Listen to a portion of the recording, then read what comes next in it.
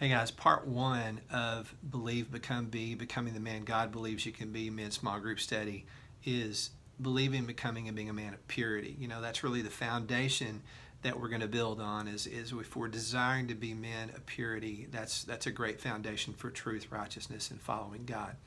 So the chapter one here is new mind, new motive, new mission, what God gives us when we really truly commit to Christ.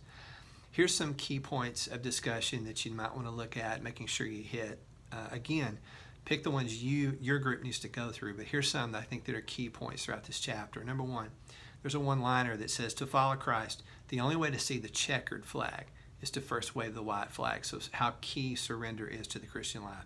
Number two, this whole concept of ignorance to application of so many belief systems in the world, most of them in fact say, if you're ignorant of the beliefs of a certain belief system, as long as you understand the concept of it and you receive it into your mind, then you've arrived. And Jesus comes along with his teaching and throughout the Gospels, and you clearly see, he says, no, it's not just understanding in your mind, it's application in your heart, in your life, and walking that out and practicing those things.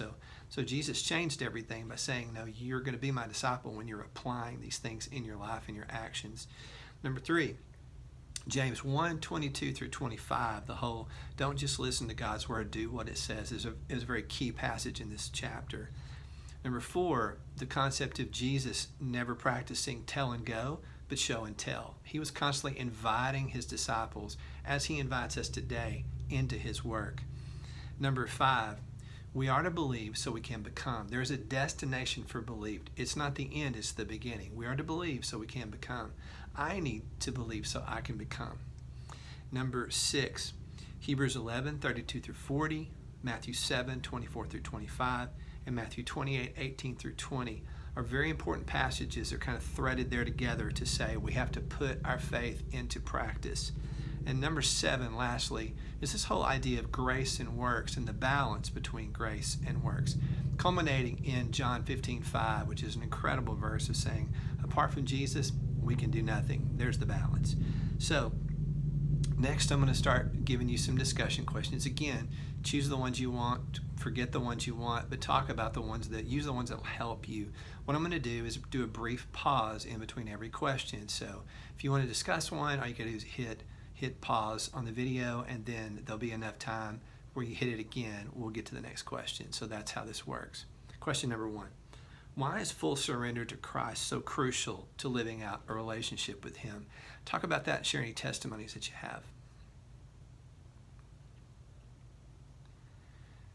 Question number two. In our culture today, why do we think we have arrived when we merely understand a concept? And why would Jesus focus so much on application as arrival?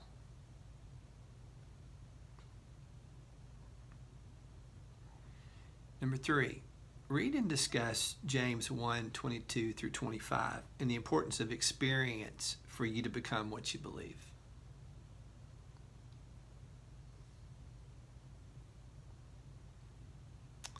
Question number four. Discuss the connection of commitment to experience as a Christ follower.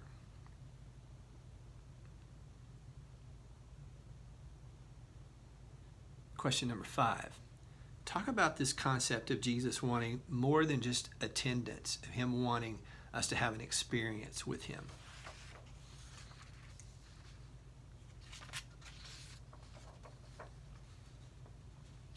Question number six.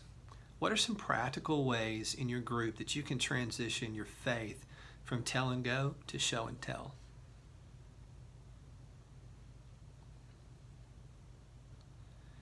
Question number seven. Considering we're able to read about the disciples from their first days with Jesus all the way to when they established the church in Acts, how does that help us as men when we read and study the Bible to look at their journey of applying their faith to our lives? Our belief to our being.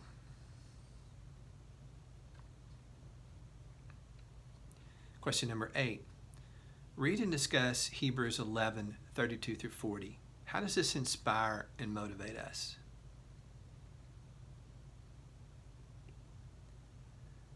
Question number 9. Read and discuss John 15:5.